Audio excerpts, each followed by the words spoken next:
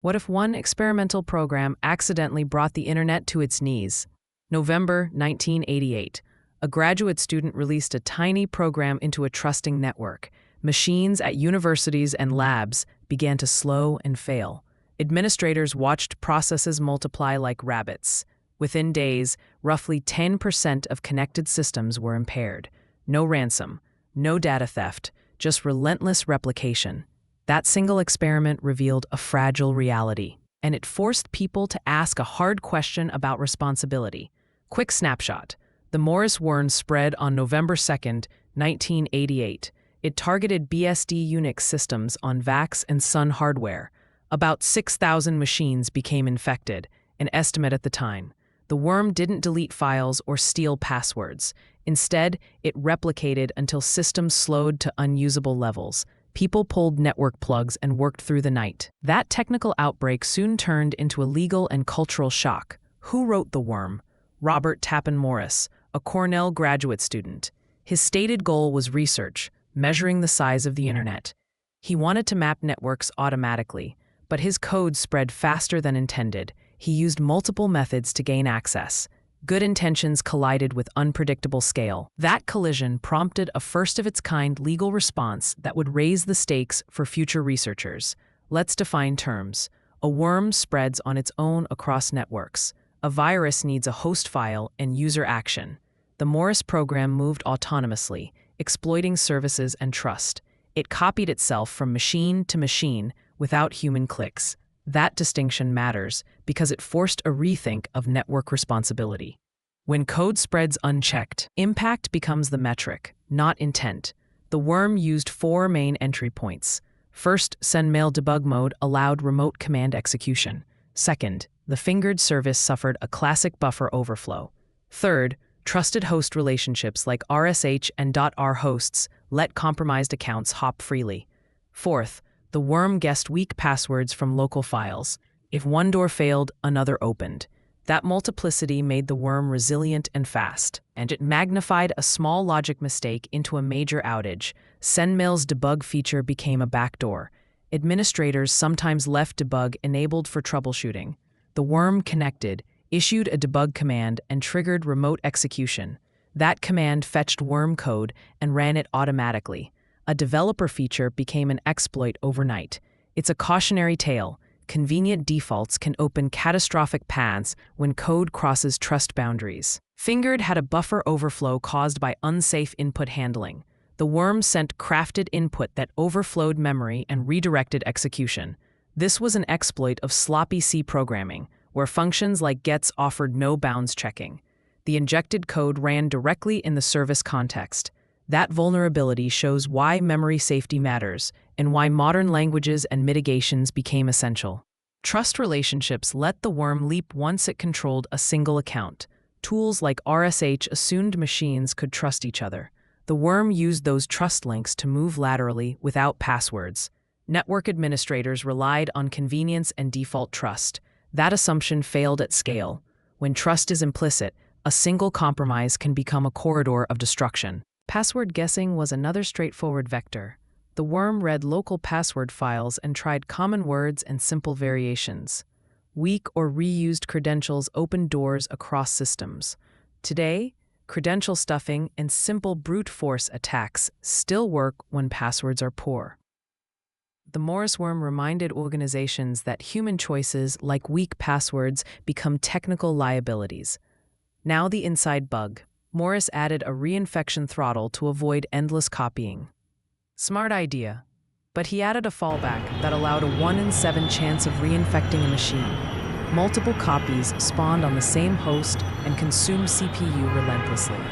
Systems became bogged by the worm itself, a denial of service by design. It proves a lethal point. Sometimes side effects, not payloads, cause the worst damage. Evening of November 2nd, the worm left a machine at MIT as its apparent origin. Administrators saw slowdowns that night and into the next day. Processes multiplied. November 3rd saw frantic reverse engineering, scripts, and emailed fixes. By November 4th, better mitigations circulated and networks began segmenting. The early internet was small enough that many defenders knew each other personally. Their ad hoc collaboration shaped the immediate response. Then something bigger emerged. Mid-video recap. The worm used multiple exploits, weak defaults, and a flawed throttle. That mix caused widespread slowdown. Administrators unplugged networks and shared fixes manually. The outbreak highlighted missing coordination and policy. In the coming scenes, we'll cover legal fallout, institutional change, and the lessons that still matter today. Starting with the legal consequences that followed the outbreak. The legal aftermath was historic. Robert Morris became the first person prosecuted under the Computer Fraud and Abuse Act. Courts focused on unauthorized access and impact, not intent alone. He received probation, community service, and fines. The case established that reckless experimentation across other people's systems carries criminal consequences. That precedent reshaped research ethics and legal risk calculations for years. Policy shifted quickly. The U.S. asked Carnegie Mellon to coordinate responses, and CERT-CC was born. CERT centralized incident reporting and distributed mitigations rapidly. It formalized coordinated disclosure, information sharing, and incident response playbooks. What began as scattered, heroic patches became structured teamwork. This institutional leap mattered because scale demanded coordination, not lone operators. Worms didn't end in 1988. Code Red, SQL Slammer, Conficker, and WannaCry all echoed the same pattern. Each exploited widely used software or weak defaults and then spread rapidly.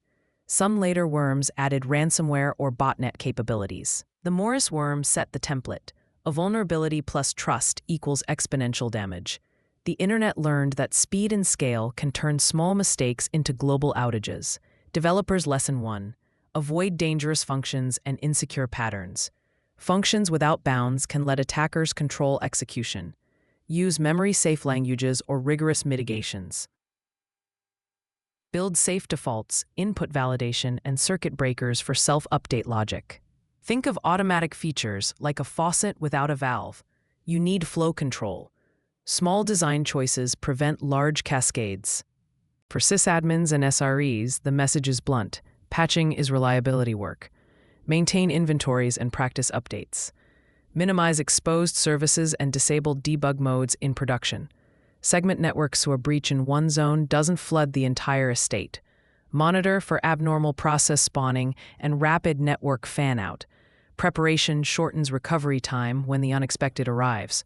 Security leaders should fund basics and foster a blameless culture. Treat security as availability engineering. Invest in asset inventories, patch pipelines, logging, and backups. Encourage researchers to disclose vulnerabilities without fear. Transparency reduces mean time to recover. The Morris worm taught that collaborative defense beats isolated heroics, and that culture often determines outcomes. Let's bust myths. The Morris worm wasn't a virus, and it didn't delete data. It caused resource exhaustion by design. Its author claimed research intent, but law judged impact. And this could still happen today. Modern stacks are larger and faster. The technical mechanics evolved, but the underlying pattern remains. Vulnerabilities, weak defaults, and trust create rapid spread. That reality keeps the Morris worm relevant. The bottom line, one small choice in code can cascade into global impact. The Morris worm transformed software responsibility, research ethics, and incident coordination. It birthed institutions, legal precedent, and engineering practices we still use. The real hero wasn't just a patch or a script. It was the community that rallied, communicated, and built new systems to defend the net going forward. But what concrete steps should you take today? If this history helped you, like and subscribe for more tech origin stories. Tell us in the comments which lesson surprised you most.